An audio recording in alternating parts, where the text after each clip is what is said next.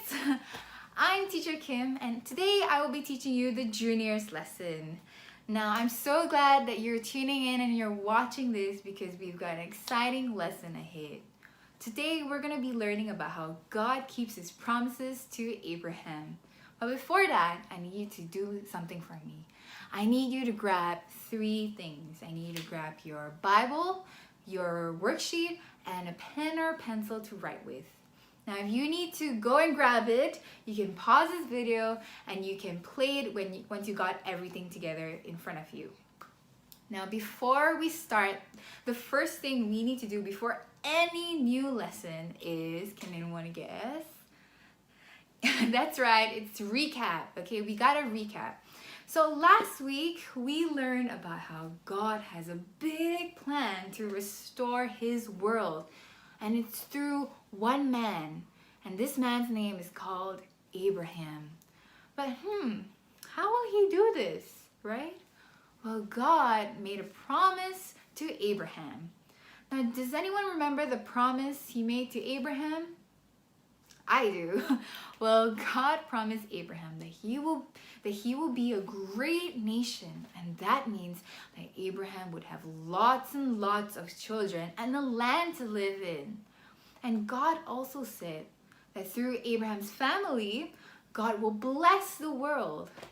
But in order for this to happen, Abraham would need a family. And right now, Abraham and Sarah still have no son. And how can Abraham possibly have a family without a son? And how can God restore the world through Abraham's family when he got no son? Well, kids, does God keep his promises? Well, do you think he's going to keep his promise to Abraham? Well, let's open our Bibles and find out. Now turn with me to Genesis 15, verses 1 to 6.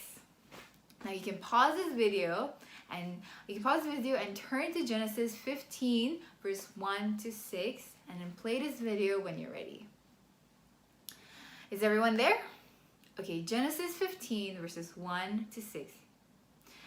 Later, the Lord spoke to Abram in a vision. And Abram, don't be afraid. I will protect you and reward you greatly. But Abram answered, Lord all-powerful, you have given me everything I could ask for except children.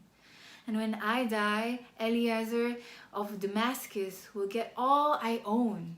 You have not given me any children, and this servant of mine will inherit everything.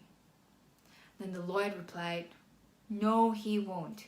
You will have a son of your own, and everything you have will be his.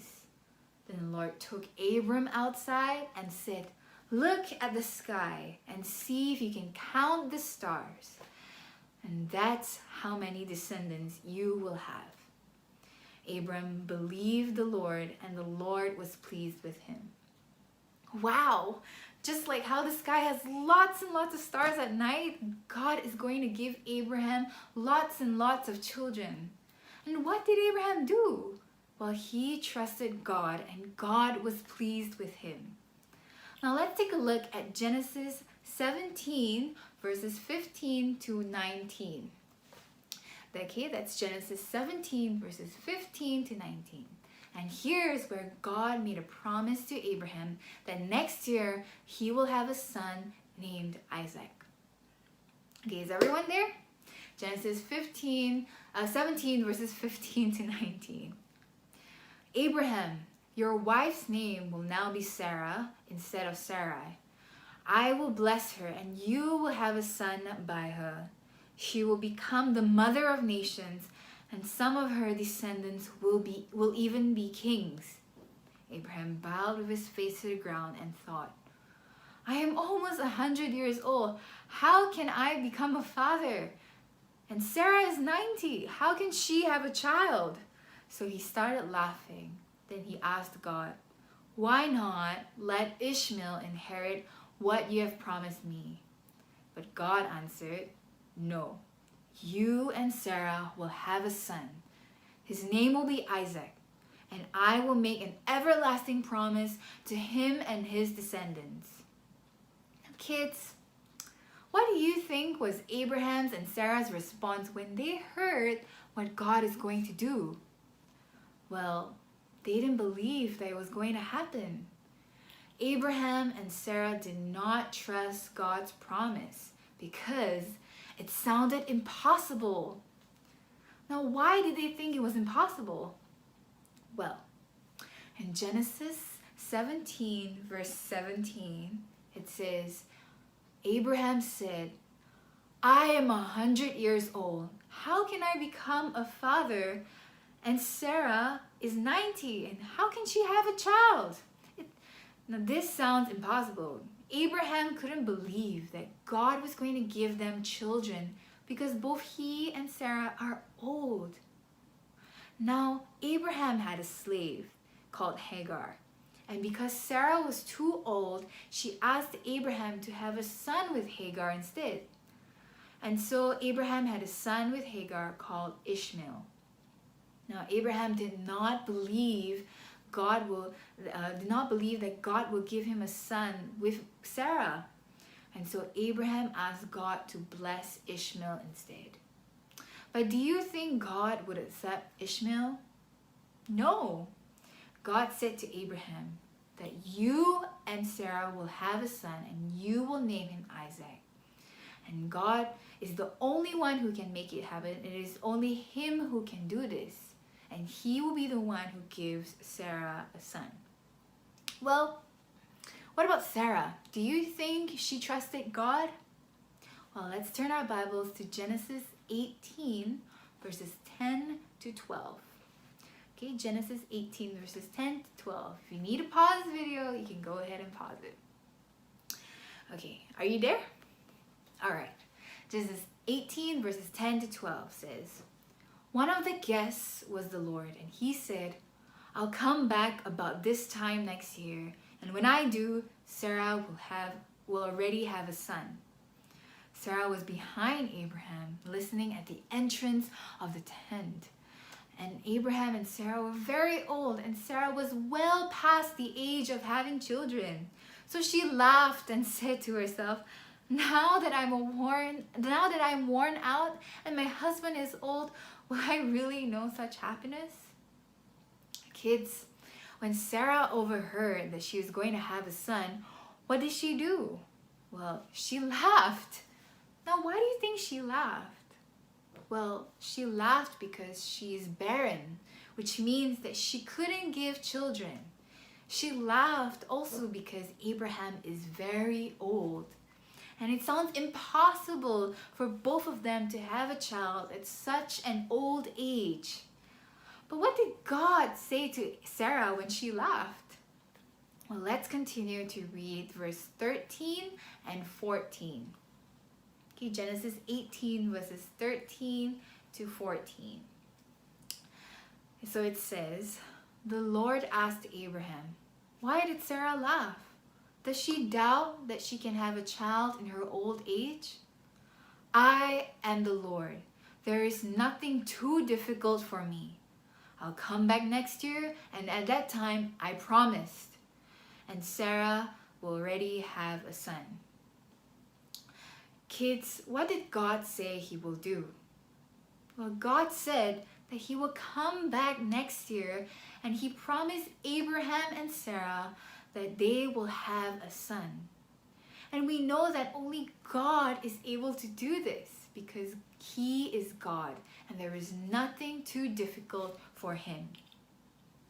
Now, even though it sounds impossible, God keeps his promises to Abraham because he is faithful. Now, let's take a look at what happens after a year later.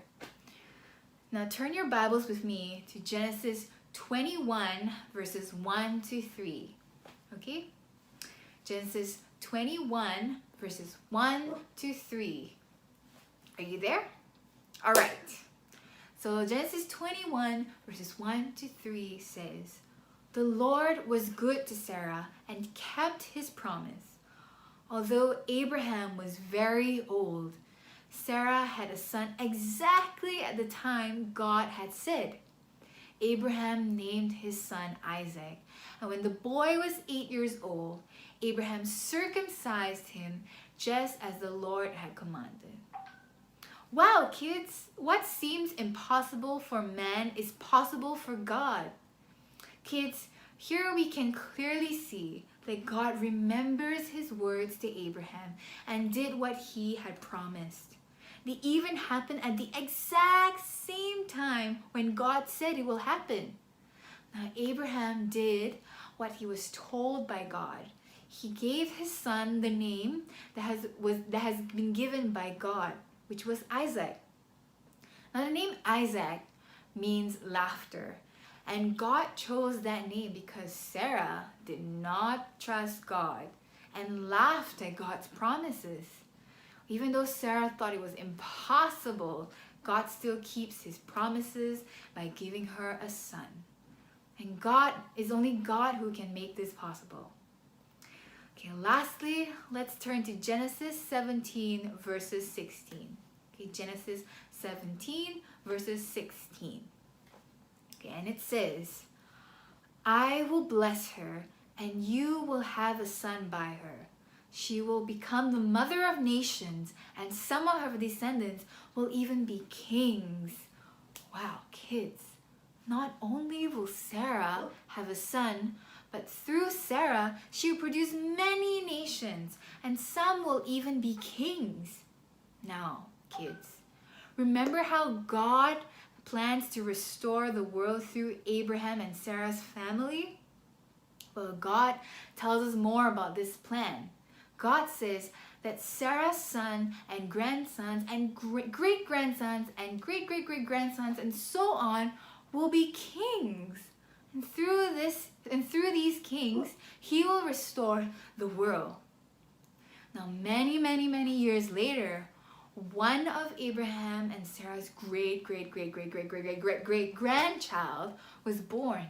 And he is the king who will restore the world. Can you guess who this man is? Yes, it is Jesus, right? It is Jesus who is a serpent crusher. Now this was God's big plan of restoring the world. And all of this began with God's promises to Abraham and God's work in keeping his promises. Kids, let's thank God for his faithfulness. Let's pray. Dear God, thank you for teaching us through the story of Abraham and Sarah about your faithfulness. We thank you for being faithful to your promises, and we now know that it is only through you that can make impossible things possible.